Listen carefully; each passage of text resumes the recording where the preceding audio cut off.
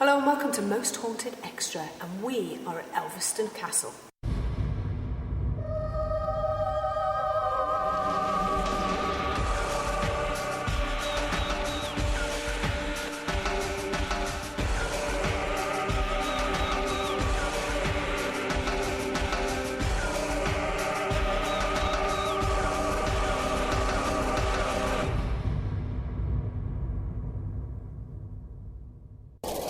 Right, here we are, we're at Elvaston Castle, and this is the actual day before the shoot, because the place is so big at Elvaston Castle. How many acres it covers, it's beyond me, I really don't know. So me and Ian, we're actually going to drive onto the main road. We're going to hang a left, go down a bit of a country lane to get some GVs.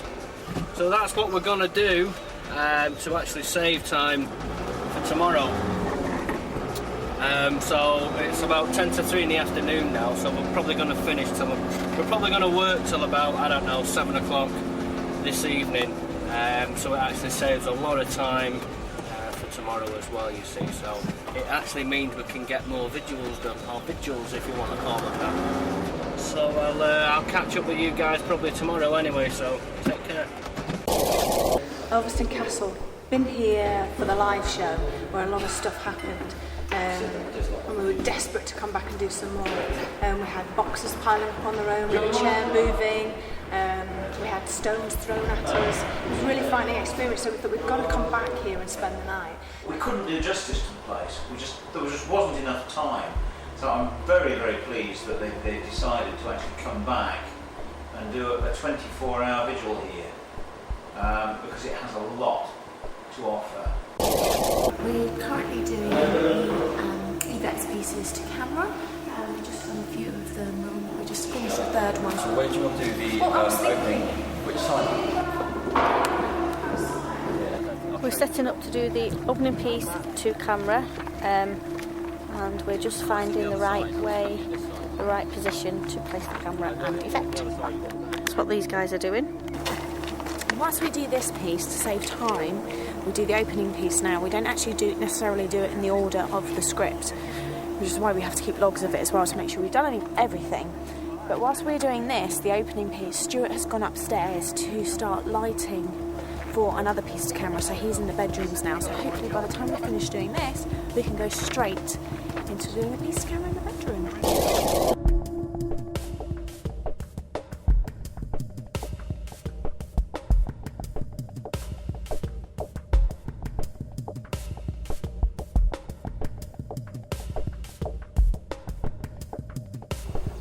Welcome to Most Haunted.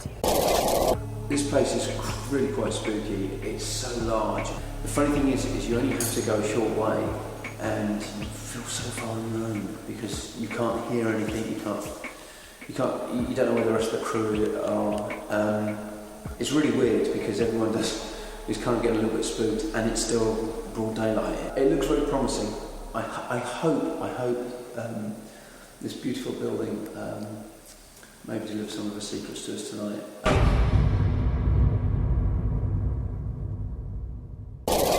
The castle offered our investigation a whole host of alleged paranormal activity on every level, particularly upstairs. And having sensed one spirit called James and another nicknamed either Katie or Kathy, David's led us to where he had felt summoned, Elvaston's atrium that is officially called the Orchid Room.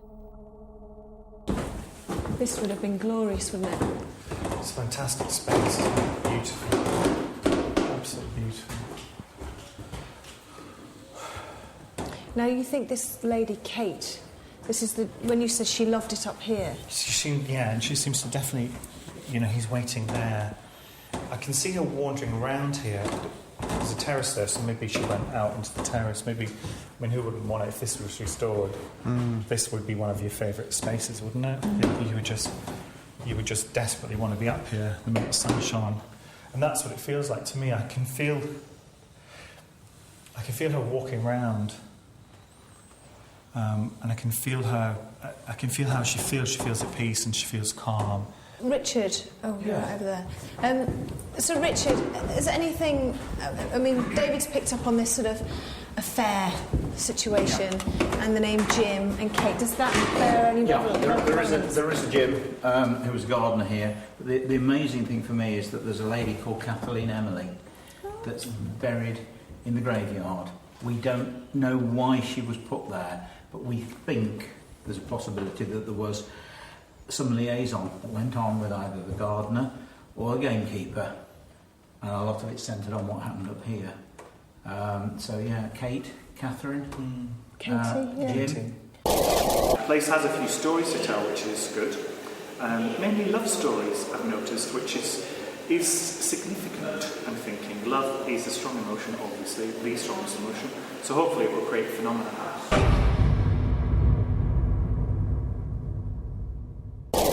With the night vigils upon us, Kath proved that small in size can also translate as big on the bravery front, and here is her attempt at a lone vigil. Okay, I'm doing a vigil on my own, and I don't want to do this, but I'm going to prove to myself that I can do it.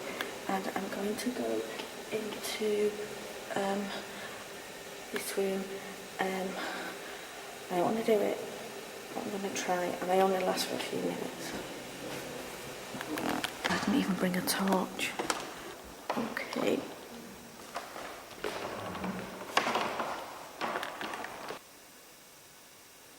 See, in the daytime, this is really quite a big room, and it's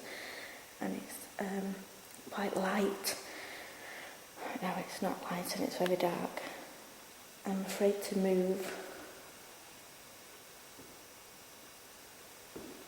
See, I almost don't feel like I am. I don't feel like I'm on my own in here. The camera's shaking so much. I don't think I can stay in here very much longer. I've sat and waited for a while. I think I'm just going to grab the doorknob and go out. OK, so the morning room hadn't brought out the best in this diminutive investigator. But surely Jo would fare better as she entered the very same room just 30 minutes later. Well, that was her intention. Right, I'm going to just... okay, I'm in the morning room, and it's pitch black, and I'm all on my own. And I'm going to go into the panelled room. Oh, that was in. Where they've seen all kinds of things and heard all kinds of things today, and I'm absolutely... I can't believe I'm doing this in the hall on my own. But, right, I'm just going to do it, and even if I don't stay very long, I'll be fine. I don't... If there's anything there, if there's anything in this room, please, can you make a noise? I'm not trying to... I'm just interested. I'm not here to hurt you or mean you any harm. Oh, that's a reflection. I can't do this. Okay, I'm going to try once, and I don't know if I'm going to be able to do it. If there's anything in this room with me, can you please make a light, make a noise? I just don't like this at all. I'm just going to go. I just think I'm going to go. I'm such a girl, but I'm going to go, and I'm just on my own in a massive house, and I don't know the way out.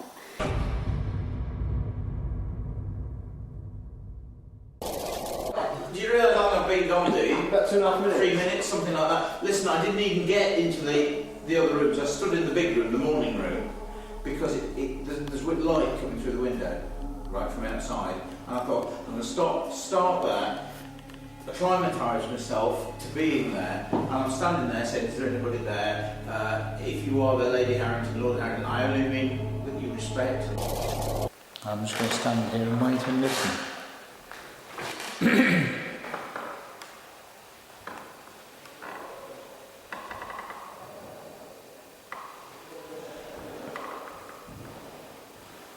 Is there somebody here? Lady Harrington?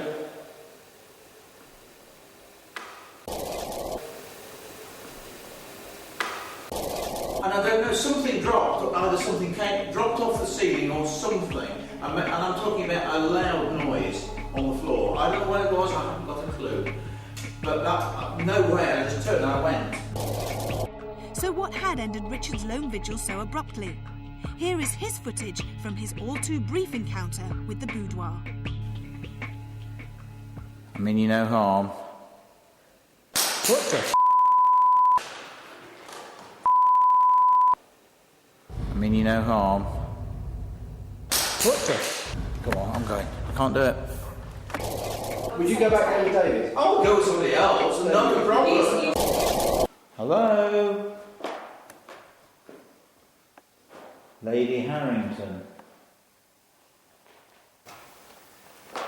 Nothing here, is there? What's the matter? I don't know, did you not hear it? No? What's Well, wrong? I thought I heard that's the staircase. I thought I heard a slight bump. It might have been the door, man. Is there anybody there? Well, I heard a screech. What, a sort of human type, you mean? Like an elongated scream. No. Not a horrific scream, just... What? What was that? David, Something... Are you not hearing No, it? no. I heard a door rattle. Not a horrific scream, just... Not a horrific scream, just... How was it? It wasn't very jumpy. There was... You were a bit, weren't you? Well, because I heard a woman... Possibly because I heard a woman scream and a door handle go... And I was thinking... Normal night almost haunted. Yeah. I didn't hear them. I had them. And I heard them. Didn't hear them, heard them.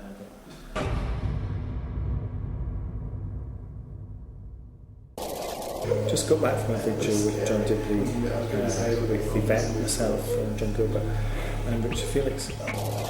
Why don't we split up?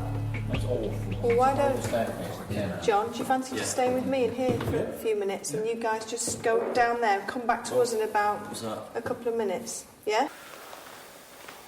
Derek and the two children. There is children around, but I just caught sight of a woman here now. Right. It was literally just here. And What, did you see her face? No, it was literally a white shadow.